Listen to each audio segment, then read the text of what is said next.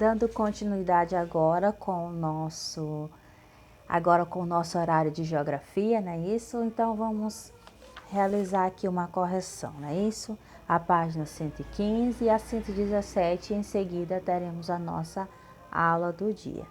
Então vamos lá.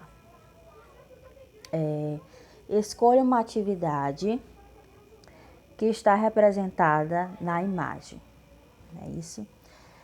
Explique por que ela indica que está havendo transformação na paisagem com impacto ambiental.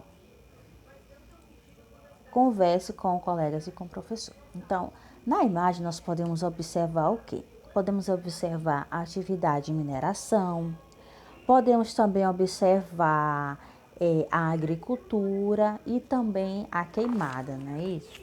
Olha aqui, queimada bem aqui. Então, esses três exemplos, né? A mineração, a agricultura e as queimadas são atividades que ocorrem, mas que é preciso que a retirada e também a alteração de uma paisagem, o que vai ocasionar o impacto na paisagem, no meio ambiente. Na segunda diz, a ilustração mostra importantes atividades humanas. Por que podemos dizer que elas são importantes? Por quê? Porque geram produtos, né? Produtos que nós utilizamos no nosso dia a dia. Então, vai desde alimentação até a objetos que nós utilizamos também no dia a dia. Então, por isso elas são importantes, não é isso? E na terceira diz, essas atividades poderiam ser realizadas sem causar tantos impactos no ambiente, e aí elas poderiam ser realizadas sem causar tanto impacto? Com certeza, né, gente? Por exemplo, poderia-se evitar o uso dos agrotóxicos, também poderiam ter ações voltadas à reciclagem do lixo, ou também através da reutilização, né, o reuso da água. Então, seriam atitudes que poderiam causar menos impacto ao meio ambiente. Agora, vamos lá na página 117, onde diz: observe as fotos a seguir e leia suas legendas. Em seguida, identifique as áreas onde ocorrem. Na letra A temos impacto ambiental negativo, ou seja, prejuízos ao ambiente. Letra B, impacto ambiental positivo, ou seja, cuidados com o meio ambiente. Então, no primeiro nós temos um viveiro florestal com mudas para reflorestamento em Santarém, estado do Pará, em 2017. E aí o que podemos dizer? Tia, com certeza é a letra B, né? Isso, impacto ambiental positivo, ou seja, podemos estar observando o cuidado para com esta paisagem. A próxima imagem nós temos queimada em floresta em Júlio de Castilhos, no estado do Rio Grande do Sul, 2016. E aí podemos estar observando que é a letra A, né? Isso, temos aí uma imagem com impacto ambiental negativo e assim vai causar o quê? Prejuízo ao meio ambiente. Agora nós vamos lá para a página 118 com o nosso tema de hoje. Deixa aqui, paizinho.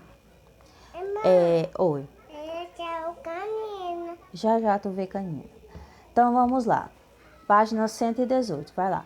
A água e a produção dos alimentos, nosso tema de hoje. Então, nós vimos que a agricultura ela utiliza uma grande quantidade de água. Por quê? Porque as plantas, elas dependem da água para quê? Para crescer e assim também se desenvolver, não é isso? Nós já aprendemos isso. E também o solo é outro que também necessita de água para poder se manter, né? Conservar. Então, quando a chuva ela não é suficiente para atender às necessidades da plantação, né? Então, o que acontece? Alguns agricultores, eles costumam utilizar a irrigação. A quantidade de chuva não está boa para a plantação. Então, eles vão para a segunda opção, né? O plano B, que no caso é estar irrigando aquela plantação. Nós estudamos, né, a técnica de preparo do solo para o plantio, que também é utilizada a irrigação. Eles vão estar irrigando a plantação de forma controlada, né, isso com uma quantidade ideal para a necessidade daquele tipo de plantação. E aí a água utilizada nessas irrigações, elas podem vir dos rios, dos lagos, dos canais, dos açudes também, e também lá do subsolo, os lençóis freáticos que nós chamamos. Então, quando tem o tempo de pouca chuva, muitos desses agricultores, eles buscam maneira de aproveitar ao máximo a água que eles têm disponível. E aí eles vão mantendo o solo apenas úmido, olha só. Então, qual é a técnica que eles utilizam para manter esse solo úmido? É uma técnica que eles consideram bem simples. Vamos entender como é que ela funciona. Entendido? Vamos entender como é que funciona essa técnica. Então, eles fazem o quê? Eles utilizam resto de vegetais. Ele tem lá a plantação. Só que o tempo de chuva está muito fraco, quase nada. Então, eles precisam manter a plantação de alguma forma. Então, o que eles utilizam? Eles utilizam os restos de vegetais, entendido? Utilizam restos de vegetais, como por exemplo, a palha, folhas ou também os galhos. E aí eles vão fazendo a colocação desses materiais, desses vegetais, novamente quais os vegetais? As palhas ou folhas ou até mesmo os galhos. E aí eles vão realizando o depósito fazendo a colocação naquele solo, naquela plantação, para estar assim conseguindo o que eles chamam de podar, o ato de podar das árvores que ali estão existentes. E aí é uma forma de estar mantendo aquele solo do úmido devido à falta de chuvas. E aí nós temos aí uma imagem abaixo do cultivo de solo em Porto Nacional, no estado do Tocantins em 2015. Então, a palha que restou da produção anterior, ela foi o quê? Depositada no solo logo após a colheita. Então, ela vai servir como o quê? Como proteção do solo. Vocês lembram que o solo, se retirar toda a vegetação dele, ele vai ficar desprotegido e assim ele vai se tornar um solo empobrecido. Então, o que esses agricultores eles fazem?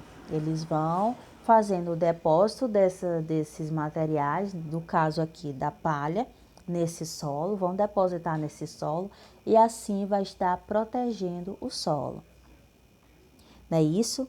Como as sementes são lançadas na palha, esta prática é chamada de plantio direto.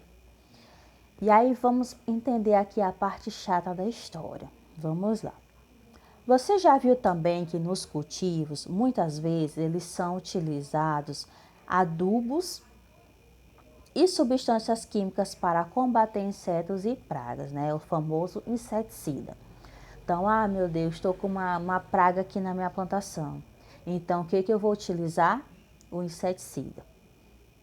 E aí, o que esse inseticida vai causar de prejuízo para o solo e possivelmente para a água? Vamos continuar a leitura.